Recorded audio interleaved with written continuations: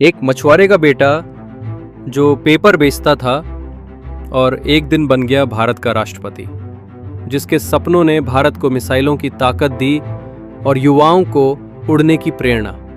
ये कहानी है डॉक्टर एपीजे अब्दुल कलाम की, एक ऐसे इंसान की जो खुद गरीब था लेकिन सबको अमीर सपने देखना सिखा गया। चलिए जानते हैं उनके संघर्षों से सफलता तक का सफर।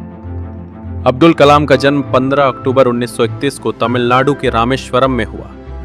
उनके पिता जैनुल आबदीन एक नाव चलाने वाले थे और माँ आशियम्मा एक गृहिणी थी। घर में पैसे नहीं थे लेकिन संस्कार बहुत मजबूत थे। छोटे कलाम ने बचपन में अखबार बांटकर अपने परिवार की मदद की। वो कहते थे, सपने वो नहीं जो हम नींद में देखते हैं, सपने वो हैं जो हमें नींद नहीं आने देते।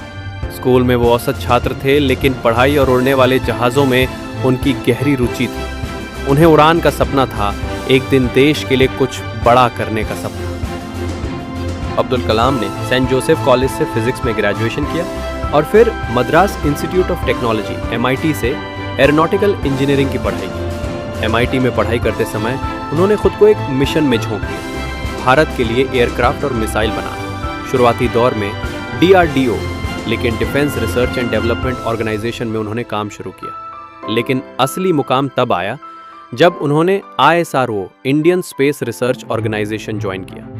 वहीं पर उन्होंने SLV-3 का निर्माण किया, भारत का पहला स्वदेशी सैटेलाइट लॉन्च व्हीकल। 1980 और 90 के दशक में उन्होंने अग्नि, पृथ्वी, त्रिशूल और आकाश जैसी मिसाइलों पर काम किया। उनकी कड़ी मेहनत और नेतृत्व की वजह से भारत एक मिसाइल पावर बन गया। उन्हें मिसाइल मैन ऑफ इंडिया कहा जाने लगा। 1998 में पोखरण न्यूक्लियर टेस्ट में उनकी भूमिका ने पूरी दुनिया को चौंका दिया।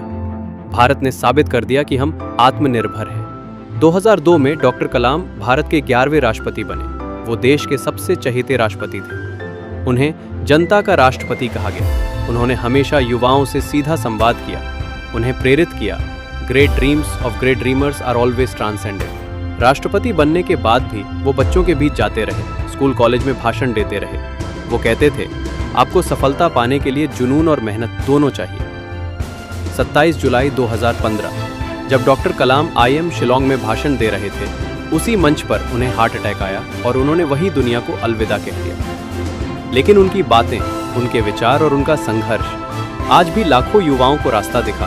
अगर तुम सूरज की तरह चमकना चाहते हो तो पहले सूरज की तरह जलना सीखो। डॉक्टर APJ अब्दुल कलाम, वो चले गए लेकिन उनकी सोच आज भी हमारे बीच जिंदा है। उनका जीवन सिखाता है कि हालात चाहे जैसे हों, सपने बड़े होने चाहिए। धन्यवाद।